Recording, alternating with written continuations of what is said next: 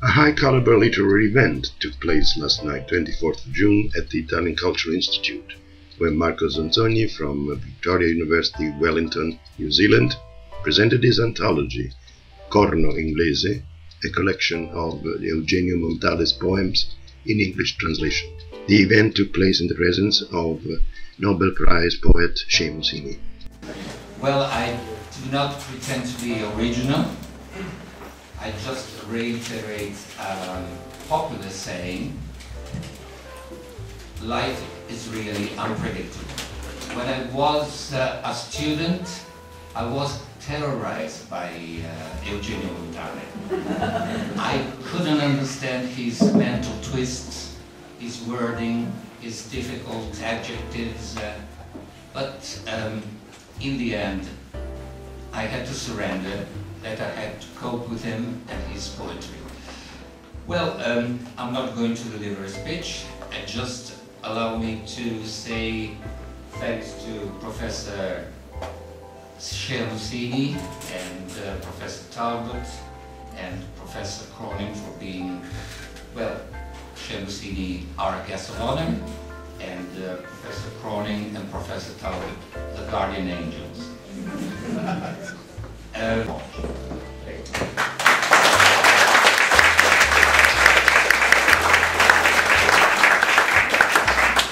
I'll greet you with the welcome that you would receive in New Zealand.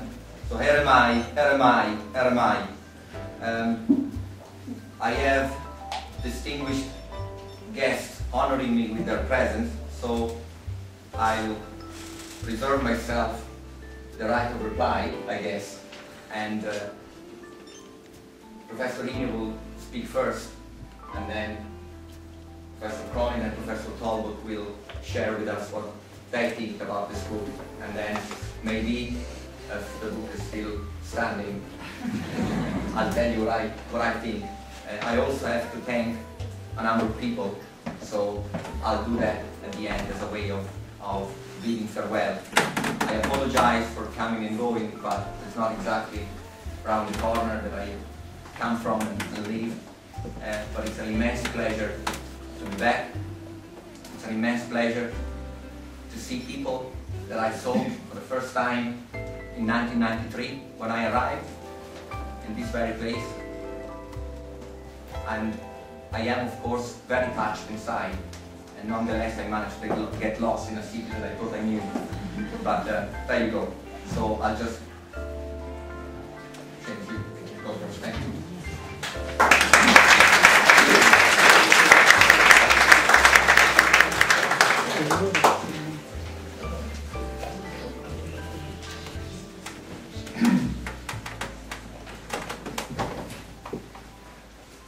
It's a great pleasure for me to be here, and I have to warn you that I have a written text, so there's no mercy. We're on for about 10 to 15 minutes, I would think. Just to warn you. Other people are wiser, they're just going to have a chat with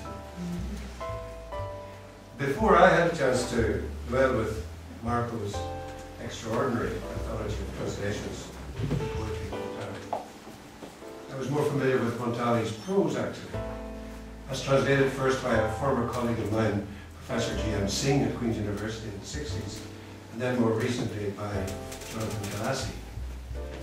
And it was Galassi's volume entitled The Second Life of Art, called after Nessie of Montale's. It was there that I first came across one of the wisest and most satisfying encounter. Marco and I was in Dublin just a year before I left in 1994, and he was soon working on Montale and editing Translation Ireland, things in fact which I had done when I was there. Marco has indeed gathered what he calls a diverse band of translators and conducted them in what I call the Ligurian Rhapsody built on Montale's themes.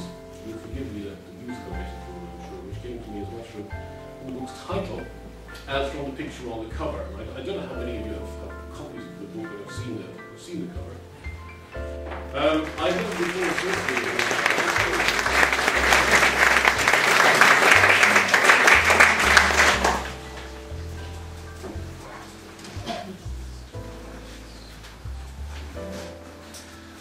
must issue a sort of a health warning in advance. If Seamus was saying that he had a structured presentation, I'm afraid mine would be less than structured, but I hope it makes some kind of sense. And what I kind of wanted to do was to talk a little bit about from I suppose a translation perspective, some of the ideas that came to me looking through this wonderful anthology by Marco. And one of the first things is that it's a group of translators who are taking different poems by Montale translation. One in the case of the EU and Dora Marcus, it's specific poems that are translated by a plethora of translators. So I was thinking about this notion of translators and groups of translators and translation projects. And one of the most famous in the history of translation would be Miles Coverdale's group of translators who did the translation of the authorised version in 1611. But there's kind of a much older example of this, and it's described in the letter of Aristeas. Aristeas